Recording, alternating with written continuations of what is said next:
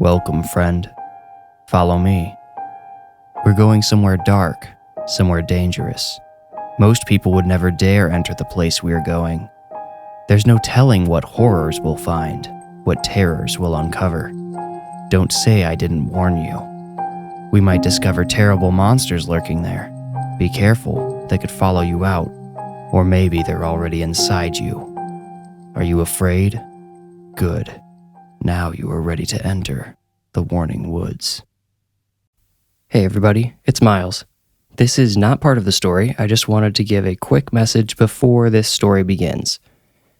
If the story The Children seems familiar to you, you've probably been following me for a while now and followed my TikTok or Instagram back when I was doing 60-second short stories.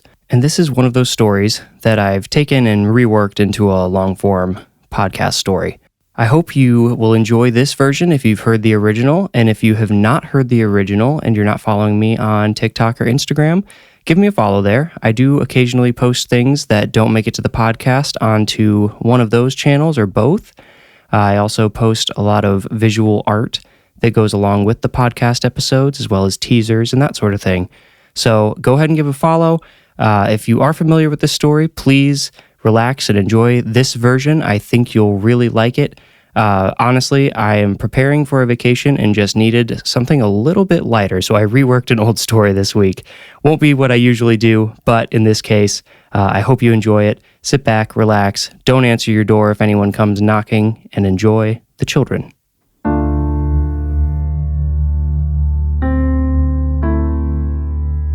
I enjoy a casual stroll along the sidewalk each evening.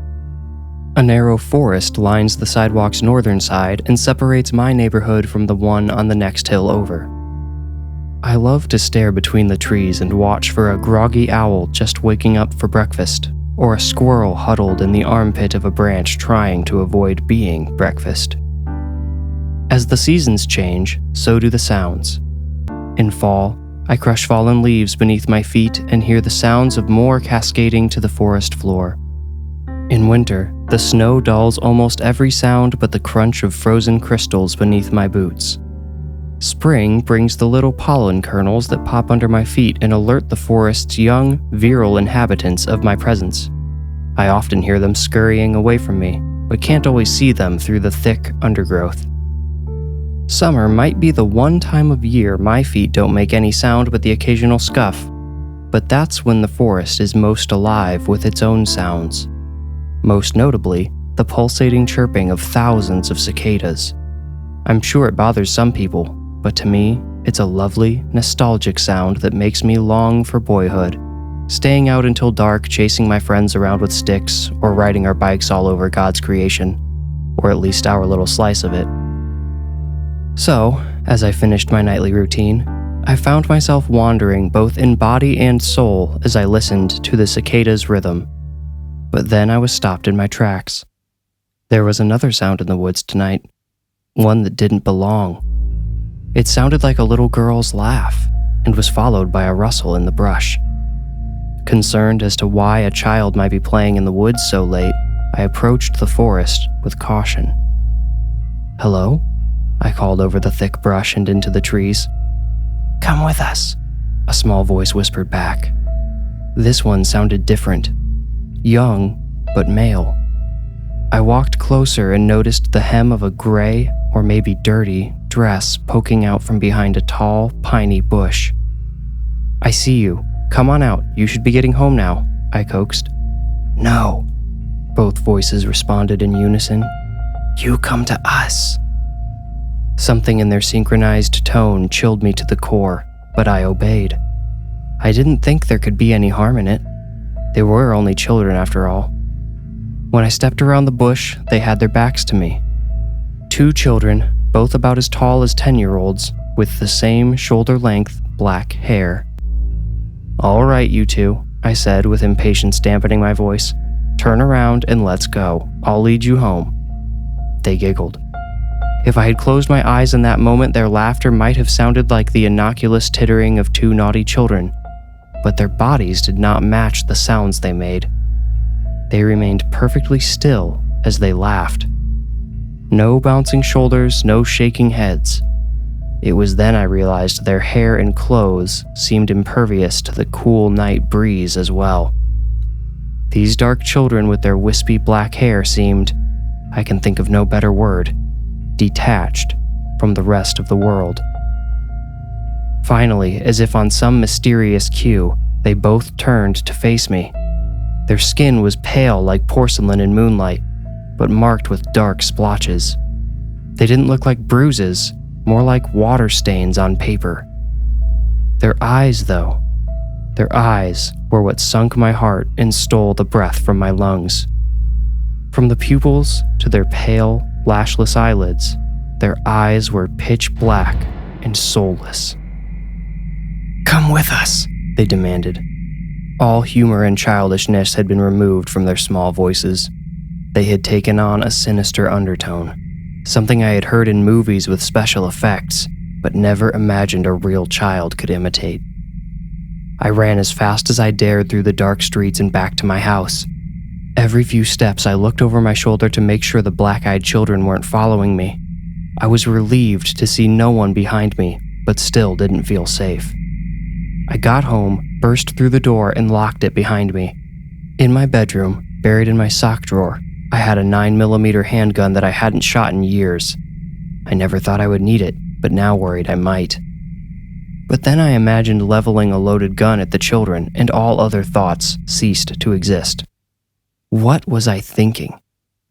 The children's appearance had been terrifying, and their insistence had been creepy, yes, but they were still just kids. Kids I had seen in the dark. Odds were I had just seen shadows on their skin and eyes. They were probably just trying to pull some kind of weird prank on me. As my heart settled, I conducted my nightly routine. When I opened my sock drawer and saw the barrel of my gun poking out, I shook my head and scolded myself again for my earlier thoughts. I had just slid under the covers intending to force myself to sleep when someone knocked on my front door. It was now after 10 o'clock, and I knew most of my neighbors would be fast asleep or heading that direction. I hesitantly went to see who it could possibly be. The fishbowl that was my porch looked empty through the peephole, but then, seemingly from nowhere and everywhere at once, I heard two small voices whispering, "Come with us, come with us, come with us." I pressed my ear against the door. I don't know why, it was just something to do. As if they knew exactly where I was, one of them slammed into the door right by my head and caused me to stumble back. The voices whispered again in unison, "Let us in." Although I couldn't see them, I knew it was those black-eyed children waiting for me to open the door. I couldn't guess what they wanted from me, but I didn't intend to find out. As they continued to pound and demand I open the door, I quietly grabbed my car keys off the rack next to the door and snuck to the garage. The hinges of the side door squealed as I opened it, and I heard the pounding on my front door stop short. They heard me. They must have. I stopped worrying about keeping quiet and dashed to my car. With the garage still closed, I turned over the ignition. I wanted to be ready to speed away the second I opened the garage to the outside world and what was waiting for me in the darkness. A heavy sigh escaped my lungs as I pressed the remote and the sectional door began to raise behind my car. I watched it slide up in the rearview mirror, revealing two sets of little feet standing just outside the garage. As the door rose, tiny legs, arms, and finally, two blank faces appeared. I felt they were daring me to back over them. The thought of it gave me the same sickly feeling the idea of shooting them had, and for a moment, I hesitated. They terrified me to no end, but they were still children. My foot hovered over the gas and I stared into their black eyes, watching me through the exhaust clouds in the mirror. Death. Death is what I saw in those eyes, and death is what those children intended for me.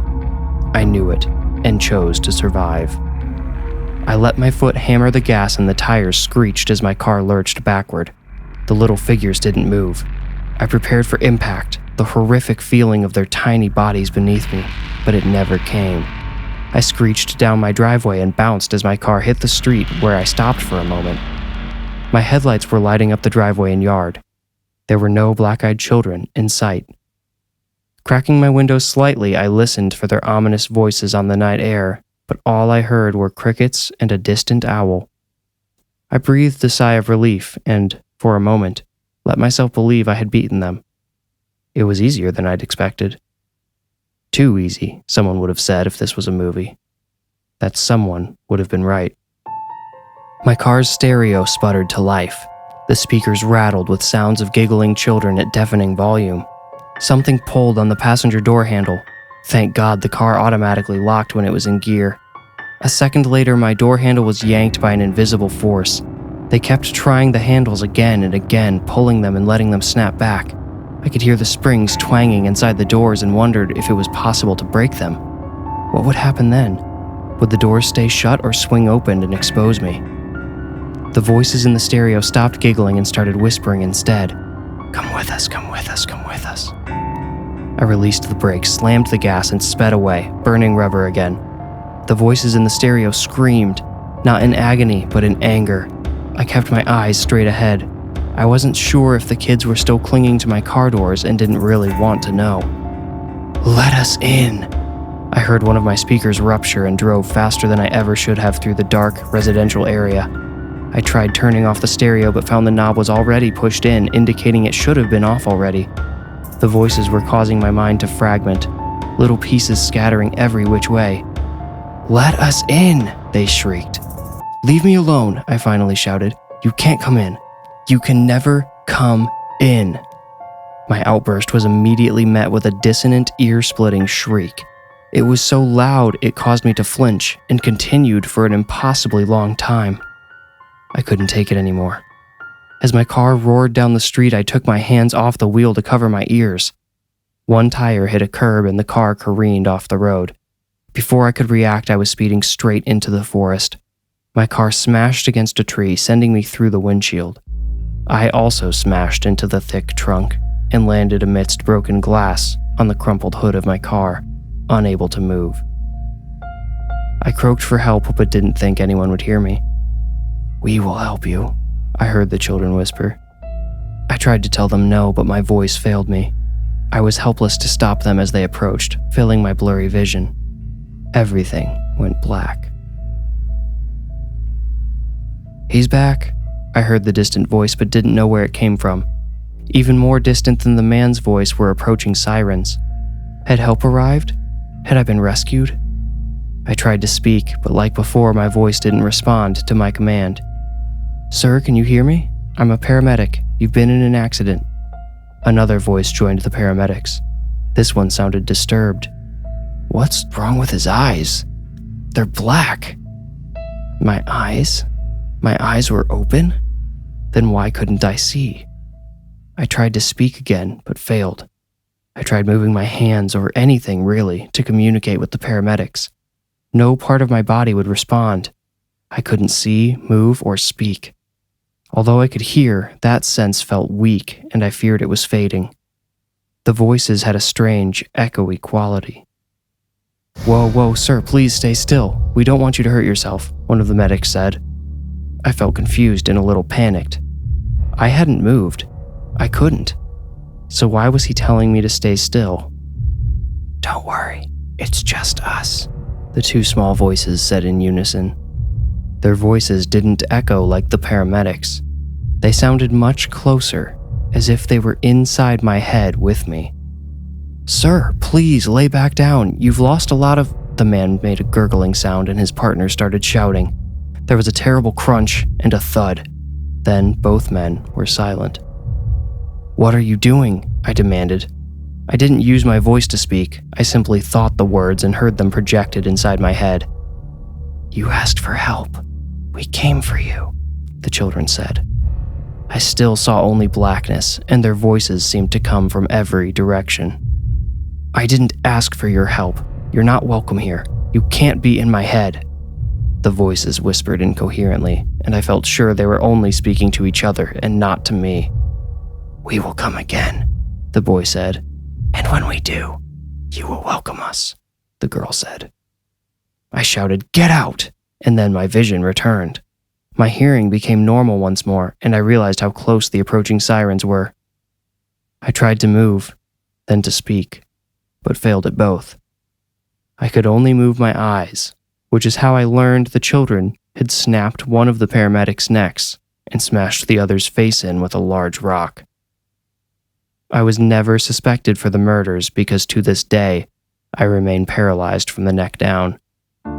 My voice has returned as a weak shadow of its former self, but that's been the only silver lining. Now I know what the children meant when they said I would welcome them when they came again, but they were wrong. I'll never give in to them, even if it means I never take another step again. They may have stolen my body from me, but I'll never let them keep it. Although, I have to admit, I do miss my evening walks. You made it out. Congratulations. If you enjoyed the story, please rate and review this podcast wherever you like to listen. Reviews are the best way to support the podcast and help it grow. You can also become a patron at patreon.com/thewarningwoods. If you want more creepy content, including the images that accompany each story, follow me on Instagram at The Warning Woods. If you feel ready, meet me here next week for another journey into the Warning Woods. Thank you for listening.